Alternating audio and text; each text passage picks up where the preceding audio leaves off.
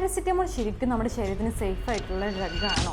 നമ്മുടെ ഡോക്ടറുടെ പ്രിസ്ക്രിപ്ഷൻ ഇല്ലാതെ ഏറ്റവും കൂടുതൽ സെൽ ചെയ്യുന്ന ഒരു മെഡിസിൻ ആണ് പാരസിറ്റമോൾ എന്ന് പറയുന്നത്. അതുപോലെ തന്നെ ലിവറിന് ഏറ്റവും കൂടുതൽ ഡാമേജ് ഉണ്ടാക്കുന്ന വൺ ഓഫ് ദി ഡ്രഗ് കൂടിയാണ് പാരസിറ്റമോൾ എന്ന് പറയുന്നത്. എങ്ങനെയാണ് ഇത് ലിവർ ഡാമേജ് ഉണ്ടാക്കുന്നത് നമുക്ക് നോക്കാം. ഒന്നാമത്തെ കാര്യം, അത് ഡോസ് തെറ്റി കഴിക്കുന്നത്. അതായത് ഡോക്ടറുടെ പ്രിസ്ക്രിപ്ഷൻ ഒന്നും ഇല്ലാതെ 2, 3, 4 തവണയൊക്കെ ചെറിയ തലവേദനയ്ക്കും പനിക്കും ഒക്കെ കഴിക്കുന്നത് ലിവറിന് ഡാമേജ് ഉണ്ടാക്കാനുള്ള ചാൻസ് ഉണ്ട്. രണ്ടാമത്തെ കാര്യം എന്താണെന്ന് വെച്ചാൽ, നമ്മുടെ ആൽക്കഹോൾ കണ്ടന്റ് അടങ്ങിയിട്ടുള്ള എന്തെങ്കിലും ഡ്രിങ്ക്സോ ഒക്കെ കഴിച്ച് കഴിഞ്ഞിട്ട് പാരസിറ്റമോൾ കഴിക്കുന്നതും ലിവറിന് ഹൈ റിസ്ക് ഉള്ള കാര്യമാണ്. മൂന്നാമത്തെ എന്താ കാര്യം എന്ന് വെച്ചാൽ, 2 ഗുളിക കഴിച്ചു കഴിഞ്ഞാൽ പെട്ടെന്ന് വേദന മാറുമല്ലോ വിചാരിച്ചിട്ട് ഡോസ് തെറ്റിച്ചിട്ട് ഡോസ് കൂട്ടിയിട്ട് കഴിക്കുന്നതും ലിവറിന് പെട്ടെന്ന് ഡാമേജ് ഉണ്ടാക്കാനുള്ള വൺ ഓഫ് ദ റീസൺ ആണ്.